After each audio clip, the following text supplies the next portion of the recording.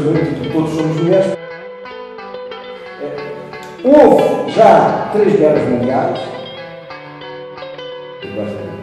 Que sentido tem isto para mim? Que sentido tem isto para o mundo? Tendo em conta que no seu percurso académico o professor realizou um mestrado em Estratégia Militar, de que forma é que julga que essa área específica, a estratégia, se enquadra nas relações internacionais? Muito bem. A estratégia é central para as relações internacionais. À pergunta se o objeto da estratégia coincide completamente com o objeto das relações internacionais, ou se a estratégia é uma mera fatia, digamos assim, das relações internacionais, uma fatia teórica, a teoria da estratégia, uma fatia prática da política internacional, não é. Não temos tempo para desenvolver isso, já há oportunidades de escrever sobre isso. Agora, é central neste ponto. Existe conflitualidade internacional, é um facto, existem guerras. E a estratégia trata exatamente da conflitualidade internacional entre atores políticos. Portanto, os objetivos políticos, os atores políticos, quando se digladiam, esse é o campo da estratégia. E mais nenhum outro. Aliás, hoje em dia, a própria noção de estratégia sofre a concorrência de outras noções que vão ganhando terreno, a noção de segurança, a noção de defesa, mas que não correspondem verdadeiramente ao objeto que está em causa. Isto é, tanto a segurança como a defesa são conceitos limitados, quando, em alguns casos, se não são de todos ilegítimos, para tratar o fenómeno da hostilidade entre atores políticos. E, em última análise, da guerra, que é o símbolo da utilidade marginal, da hostilidade entre atores políticos. Esse é o campo da estratégia. Portanto, na medida em que existe a hostilidade entre atores políticos na cena internacional, para os realistas até o centro das relações internacionais, a estratégia tem todo sentido. Não só a estratégia militar. Hoje a estratégia tem uma série de vertentes, uma série de vetores, não é? Que não são militar, como eu disse há pouco. O económico, o cultural, o psicológico, o militar também, o ideológico. Podem-se multiplicar aqui em termos técnicos, no jargão técnico da estratégia, chamam estratégias gerais. Mas não é só a estratégia militar. É aquilo que se chama a estratégia integral. Então, o conjunto de estratégias desenvolvidas por um ator político. Isso é absolutamente central às relações internacionais. Mas é evidente que o que é hoje, todas as ciências têm modas também, o que está hoje na moda é a palavra segurança, ou o sintagma verbal segurança e defesa. Mas ele não corresponde efetivamente, nem não corresponde bem, nem efetivamente, ao objeto que tem que ser analisado debaixo desse sintagma. É a estratégia e não a segurança e defesa que faz o fulcro. A estratégia, se quiser, resumidamente, a defesa é uma parte da estratégia, a segurança é meramente adjetivada, meramente qualificativa da ação estratégica. Não é substantiva relativamente a este campo. Há razões várias, que não temos tempo para desenvolver, que levaram a que a estratégia fosse secundarizada aos chamados estudos estratégicos, por chamados estudos de segurança. Mas o objeto da hostilidade é a estratégia. O professor escreveu recentemente um artigo denominado Todos somos mulheres, a estratégia com razão das vítimas e dos vencidos. É um título ousado. A que é que se deve a identificação com as mulheres? Ora bem, as mulheres estão ali na figura sintomática tanto das vítimas como dos vencidos. O seu papel obrigatoriamente passivo ao longo da história, passivo por imposição, a sua capacidade de, nesse sofrimento, se mostrar, digamos assim, como um resto capaz do resgate não só delas, mas do resgate da humanidade inteira, face à violência, face à hostilidade, face à guerra em particular, levou-me a utilizar as mulheres como, digamos assim, sinal, como signo de excelência dessas vítimas e desses vencidos. Até porque eu tinha escrito, já há algum tempo, com base num bloco aqui na faculdade, um artigo sobre as mulheres, em que não tinha sido, sobre a mulher do ponto de vista ontológico e do ponto de vista ético, que me parece que não tinha sido verdadeiramente justo relativamente ao papel fundamental que tem de resgate possível da humanidade face à violência, não pelas características intrínsecas da mulher, mas exatamente pela condição histórica na qual se foi envolvida.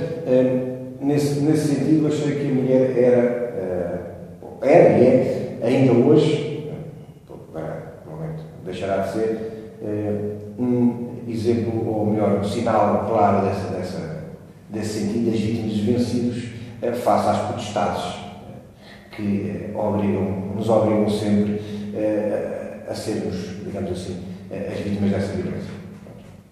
As mulheres como símbolo encarnado, símbolo, digamos assim, não meramente retórico, foi isso que vou escolher, e por isso também o título Todos Somos Mulheres, porque de alguma maneira elas encarnam, digamos assim, a violência sofrida, o ultraje de todas as vítimas e vencidos, sejam as mulheres ou não sejam.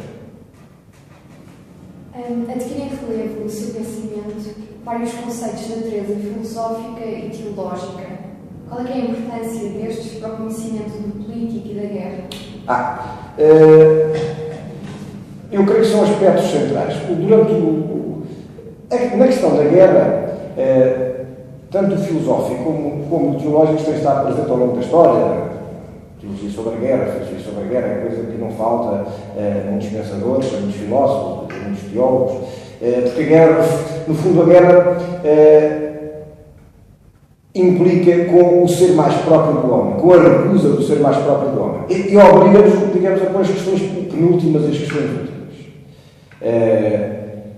E por isso, toda a análise da guerra, que deixa de fora essas questões penúltimas, e essas questões últimas, como se quiser, fica coxa, como se costuma dizer.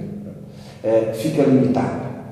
E nós temos um exemplo claro disso no âmbito da ciência política e das relações internacionais, onde o estudo da guerra, em particular no âmbito das relações internacionais, fica-se por um empirismo muito crasso. Como resolver isso? Até porque a guerra tem, obviamente, uma dimensão política, é introduzir estes fatores na compreensão do próprio político. Não só da guerra, isso é reconhecido, mas na compreensão dos fatores do próprio político. O que não tem nada de extraordinário, porque a dimensão religiosa e a dimensão filosófica no político têm sido centrais ao longo da história.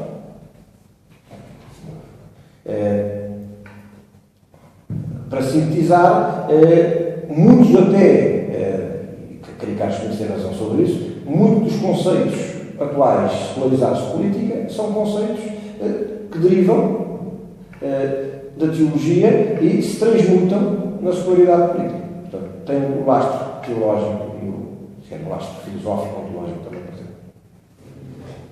Atribui-se a Einstein a ideia de que, havendo uma terceira guerra mundial, a quarta seria travada com paus e pedras. Hoje, 70 anos após o fim da Segunda Guerra Mundial e de tendo os Estados um potencial destrutivo tremendo, qual é que é a probabilidade do advento de uma terceira guerra mundial? Essa é uma boa pergunta, mas que, digamos assim, está ultrapassada num determinado sentido. É que já houve três guerras mundiais. Isto é, a Terceira Guerra Mundial é aquilo que nós chamamos o período histórico da Guerra Fria. Porque nós sabemos, do ponto de vista da ciência da guerra e dos estudos estratégicos, que as modalidades de guerra, por razões que agora não temos tempo de elucidar, mas não se resume em lutar nada, nem a estratégia se resume à estratégia militar. E o confronto leste-oeste foi um confronto bélico, de coação, de violência organizada, agora, de acordo com outros, em que a ação predominante teve outros vetores, o económico, o ideológico, o cultural, e não propriamente o militar, faça um passo nuclear. Ou então, no caso de guerras por procuração. Houve houve já 3 guerras mundiais, muito menos fratricida a terceira, de qualquer forma central, até do ponto de vista psicossocial, na linha da frente, que é o espaço alemão, da Alemanha Federal e da antiga República Democrática Alemã. O problema que se colocará é como é que será uma quarta. Quais as possibilidades de haver uma quarta guerra? Porque, tecnicamente, 3 já existiram. 3 guerras mundiais. 2 onde se ascendeu de alguma forma. Não se ascendeu aos extremos, mas havia essa possibilidade. A Primeira e a Segunda Guerra, com luta armada, a intensidade do esforço foi maior. E uma terceira, que infelizmente não se verificou, até por uma razão simples. Caso se passasse à guerra quente, provavelmente haveria uma escalada nuclear e sim, ascenderíamos aos extremos e a guerra absoluta assumiria-se do terreno. Então, se calhar, nós estamos aqui para contar. Mas 3 já houve. O problema é a possibilidade de haver uma quarta, sim, nós não conhecemos o futuro. E o problema da escalada, inclusive nuclear, mantém-se, porque as potências nucleares estão lá. Penso que agora está um pouco degolada a situação, mas houve um momento, que há um mês, 2 meses atrás, em que a crise na Ucrânia nos chegou a assustar e pensei que os contendores, não é? Quem os apoia, poderiam pensar na escalada. E uma escalada, mesmo convencional, poderia desembocar, uma escalada, digamos assim, a NATO e a Rússia poderia desembocar numa guerra depois nuclear. Portanto, 3 tempos. A quarta, esperemos que não tenhamos mais nenhum.